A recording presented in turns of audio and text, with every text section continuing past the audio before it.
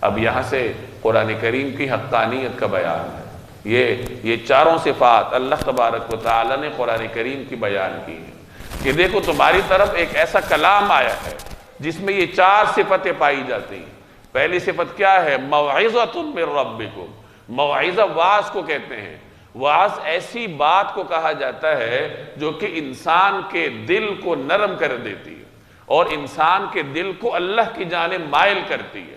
تو فرمایا گیا کہ اس میں تمہارے رب کی جانب سے وعظ ہے، نصیحت تمہیں کی جاتی ہے۔ اور بعض حضرات نے فرمایا کہ اس سے مراد شریعت ہے کہ اللہ تبارک و تعالی نے اس قرآن کریم میں تمہیں شریعت کے احکامات دیے ہیں، تمہیں ایک قانون دیا ہے۔ تو یہ قرآن کی پہلی صفت ہے کہ اس میں انسان کے لیے وعظ کی باتیں ہیں۔ وَشِفَاءٌ لِمَا فِي الصُّدُورِ، اور جو دلوں کی بیماریاں ہیں ان کے لیے شفا ہے۔ دلوں کی بیماری سے کیا مراد ہے؟ دل کی بیماری سے مراد روحانی امراض ہیں، باطنی امراض ہیں، کہ جو انسان کے روحانی امراض ہیں جن کی وجہ سے انسان ہدایت کی طرف جا نہیں پاتا، صراط مستقیم پر چلنے سے وہ امراض رکاوٹ بنتے ہیں، تو ان امراض کے لیے اگر کوئی شفا ہے تو وہ یہ قرآن کریم ہے۔ گویا کہ قرآن کریم کو پڑھنے سے انسان کے دل سے زنگ اترتا ہے، انسان کے دل پر جو گناہوں کی وجہ سے میل کچیل ہوتا ہے وہ اترتا ہے اور انسان کا دل شفاف ہوتا جاتا ہے، روحانی امراض سے پاک ہوتا ہے۔ تو پہلے شریعت کا بیان اللہ نے کیا اور یہاں اللہ نے طریقت کا بیان کیا ہے۔ تو شریعت اور طریقت یہ دونوں وہ چیزیں ہیں جن پر چل کر انسان اللہ جل جلالہ کی طرف جاتا ہے۔ تو شفا سے مراد قلبی امراض کی شفا ہے، لیکن یہ بھی یاد رکھیے کہ قرآن کریم کا اصل مقصد تو ہدایت ہے۔ باطنی امراض سے انسان کو نجات دلا کر راہ ہدایت پر گامزن کرنا ہے، یہ قرآن کا اصل مقصد ہے۔ لیکن قرآن کریم ایک بابرکت کلام ہے، اس کے کلمات میں اللہ نے برکت رکھی ہے۔ یہی وجہ ہے کہ بعض اوقات جسمانی امراض کے لیے بھی اللہ تبارک و تعالی قرآن کریم کو شفا بنا دیتا ہے۔ جیسے ایک روایت میں آتا ہے ایک مرتبہ کچھ صحابہ کرام ایک سفر میں تھے، اب وہاں انہوں نے کسی جگہ پڑاؤ ڈالا، وہاں ایک قبیلہ آباد تھا، تو ان صحابہ نے اس قبیلے والے سے یہ مطالبہ کیا کہ ہم یہاں مہمان ہیں تو ہماری میزبانی کرو، یعنی ہمیں رہنے کے لیے جگہ فراہم کرو، ہم تو یہاں مسافر ہیں، اس بیابان میں مسافر کہاں جائے گا۔ لیکن وہ قبیلے والے کوئی سنگ دل تھے، عربوں کی روایت تھی، ان کو چھو کے نہیں گزری تھی، انہوں نے کہا نہیں ہم تو میزبانی نہیں کریں گے۔ تو خیر صحابہ نے کہیں پڑاؤ ڈالا ہوگا، اسی قبیلے کے سردار کو کسی وقت سانپ نے ڈس لیا۔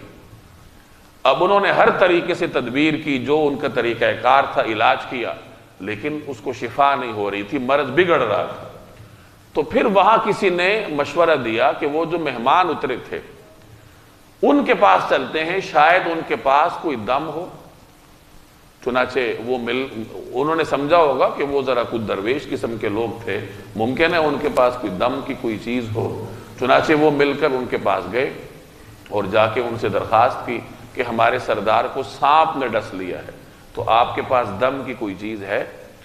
تو اسی صحابہ کی جماعت میں ایک صحابی تھے، بزرگ صحابی تھے، اب ان کا نام میرے ذہن میں نہیں ہے، انہوں نے فرمایا کہ ہاں دم تو میں کروں گا، لیکن چونکہ تم لوگوں نے ہماری میزبانی کرنے سے انکار کیا تھا تو میں اس دم پر اجرت لوں گا۔ تو کچھ بکریوں کے ریوڑ پر معاملہ طے پایا کہ ٹھیک ہے آپ دم فرمائیے، ہم آپ کو بکریوں کا یہ ریوڑ دیتے ہیں، اتنی بکریاں معاوضے میں دیتے ہیں۔ تو وہ صحابی تشریف لائے، انہوں نے سورہ فاتحہ پڑھ کر اس کو دم کیا، اور اللہ کی شان کہ جیسی ہی انہوں نے دم کیا تو ایسا تھا جیسے کہ کوئی رسی تھی اور کھل گئی۔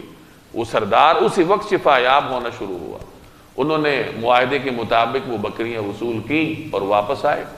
جب واپس آئے تو جو دیگر صحابہ ساتھ تھے انہوں نے کہا کہ ان بکریوں کو تقسیم کرتے ہیں، سب کا اس میں حصہ ہے۔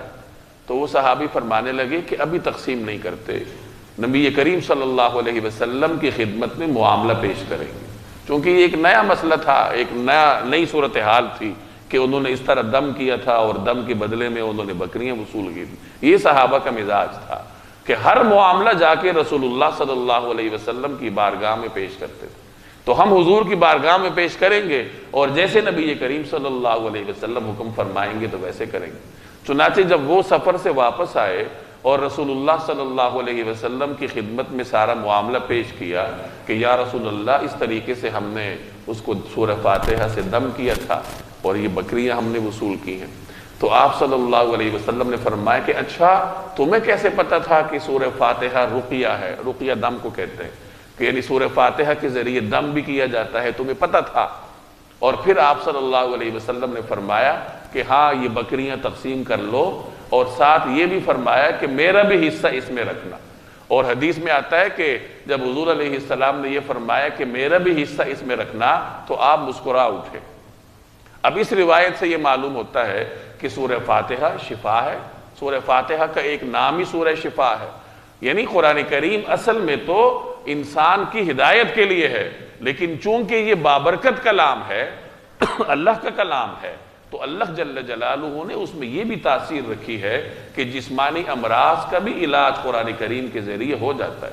جیسے کچھ روایات میں آتا ہے کہ کسی نے آ کر شکایت کی کہ میرے حلق میں تکلیف ہے، تو نبی کریم صلی اللہ علیہ وسلم نے اس سے فرمایا کہ قرآن کریم کی تلاوت کرو۔ ایک صحابی نے سینے میں درد کی شکایت کی، اس کو بھی آپ نے یہی فرمایا کہ قرآن کریم کی تلاوت کر۔ تو بہرحال یہ قرآن کریم کی مختلف صفات ہیں، مختلف اس کے اعجازات ہیں کہ حقیقی مقصد تو اس کا ہدایت ہے، لیکن ضمنی طور پر اللہ تبارک و تعالی نے اس کو مسلمانوں کے لیے بہت ساری خیروں اور برکتوں کا ذریعہ بنایا ہے۔ تو فرمایا وَشِفَاءٌ لِمَا فِي الصُّدُورِ، اور دلوں کی بیماریوں کے لیے شفا ہے۔ اور تیسری صفت کیا ہے؟ وَهُدًى، اور ہدایت ہے۔ یہی قرآن کریم کا حقیقی مقصد ہے۔